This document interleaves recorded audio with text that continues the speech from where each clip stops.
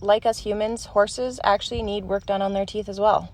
And last summer, for the first time in his life, Rudnik actually had his teeth floated. And if you don't know what it means to have their teeth floated, that's perfectly okay. I'm about to explain that. Basically, horses' teeth will continue to grow throughout their life, and that's usually how vets can end up telling the age of a horse based on the length of their teeth. And at times, their teeth in the back tend to get too long, and when they get long, they also tend to get sharp, which can cause uneven chewing, wounds, and abscesses inside of the mouth. This can make it very difficult and even painful for a horse to eat at times, which is also very commonly seen in older horses, which can attribute to rapid weight loss when they find it difficult and even painful to eat. But basically what happens is a vet comes in and they heavily sedate the horse, not so much to the point where they are no longer conscious, but they're sedated enough that they don't find the experience traumatizing or uncomfortable. And I'd say for his first time, Rudnik did a really good job. But then they come in, they rinse out the mouth, and then they just feel around to kind of see for any sharp points that might need filing, anything specific that they want to pay special attention to. And when she let me feel inside of Rudnik's mouth, it was definitely a new experience. I'd definitely never had my hand that far up a horse's mouth before, but it was really cool to be able to feel what it was that's going on inside of there and be able to identify where his problem spots were.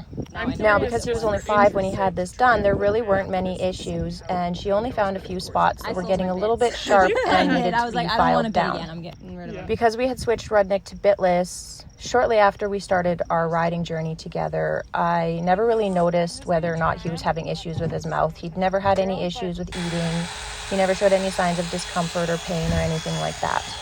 And while the spots she found were quite mild and really hadn't evolved into any serious problems yet, if left unattended, they definitely could have evolved into quite sharp points that would have caused pretty significant damage on the inside of his mouth.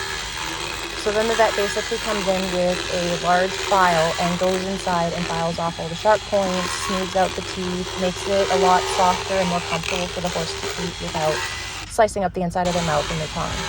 This doesn't hurt them at all. It's definitely not nearly as invasive as when us humans go to the dentist.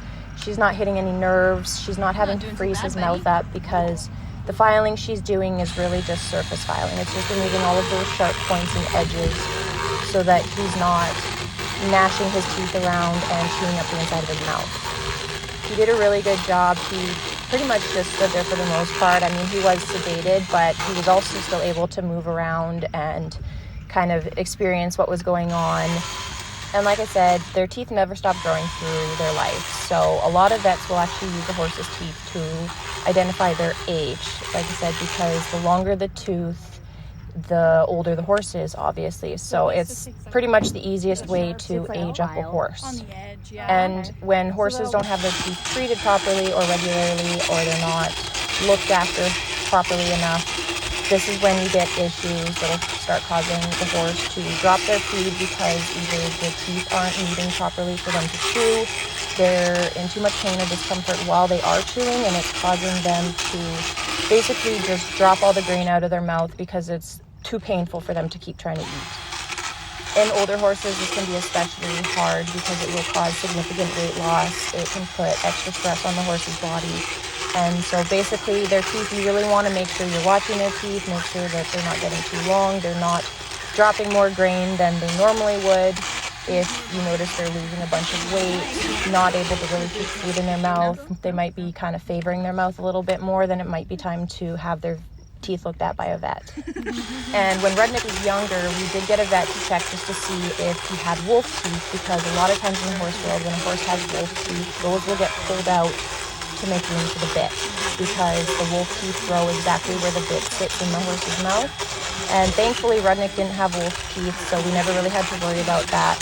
But like I said, because we went bitless, it's never really been an issue for us for him to have any sort of behaviors or red flags when riding that show he may have discomfort in his mouth. But I'd say for his first experience, he did a really good job. He was such a good boy. He really didn't have any issues or throw a fit or anything like that. But it was also a really cool experience to watch for the first time, especially since she was letting me kind of feel around in there both before and after she did all of the work. So I was able to really see the difference that she made during her training.